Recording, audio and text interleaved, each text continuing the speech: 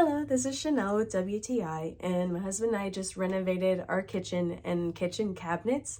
And the kitchen cabinets are really rough on the edges and it's not a very flat surface, and so we wanted to spruce it up and give it a whole new makeover. And this paper worked perfectly for what we wanted.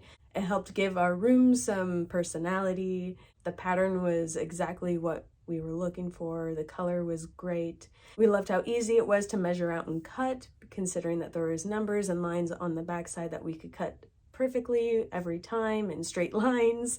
That's always hard to do. But it ended up looking beautiful in the very end, and they're easy to place. And of course, doing any kind of project like this, it's nice with two people, but even by myself, I was able to manage. And so it was nice being able to have something that was easy to work with and simple to use and looked good at the end. And so that is my point of view.